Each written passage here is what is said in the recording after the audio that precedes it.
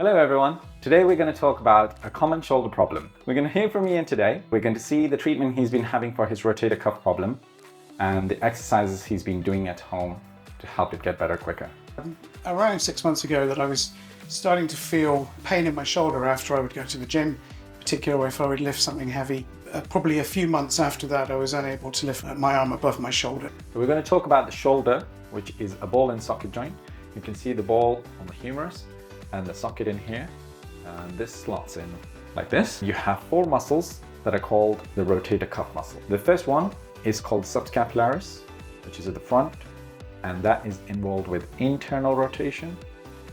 And then you have 2 muscles here which are involved with external rotation, which is infraspinatus and teres muscle. Then you have lastly the supraspinatus muscle, which is this muscle here.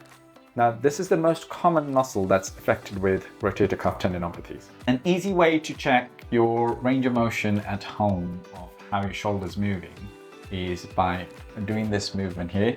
You put the base of the palm on top of the opposite shoulder, then you lift the elbow up as high as you can go without the palm coming up.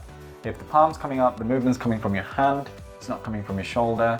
So take it as high as you can go comfortably. So if you feel the pain there, stop there, do the exercises for a few weeks and see how it improves. I found that once we started the treatment that things improved quite quickly. I think over a couple of weeks I was able to see much more mobility and less pain.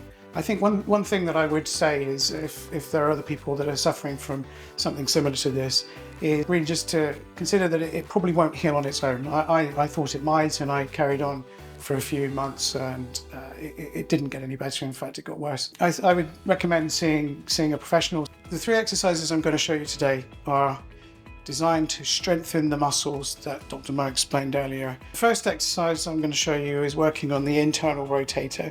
So we've got a resistance band tied to something solid like a door or a piece of furniture so it won't move. Keep your elbow tucked in tight, keep your shoulder down. This is quite important. There's a tendency when you're lifting to do this. And then from here, right across to your belly, keeping your elbow in tight. So the next exercise is working my external rotators. It's working in its opposite direction from the one we just showed. So we start here and we're moving out. And again, exactly the same. Keep the shoulder down and the elbow tucked in. And move it as far as you can. Again, until you feel resistance, don't push it. If you're feeling pain, you don't push any further. So the final exercise is the one that's focusing on the muscle that goes across the top, designed to help your arm lift up sideways. So the exercise is quite specific. You have your arm at 45 degrees to your body. You have your band and you have your thumb up and you're pushing up here to 90 degrees.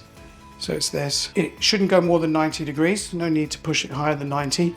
And if you're finding it too difficult to pull, then you're focusing at the moment at the beginning just at this first 20 degrees. And then when you're more comfortable, then you can lift it up further. I've been doing these exercises now for about a month and a half.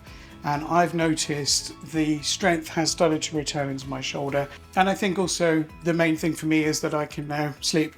So my overall well-being is vastly improved.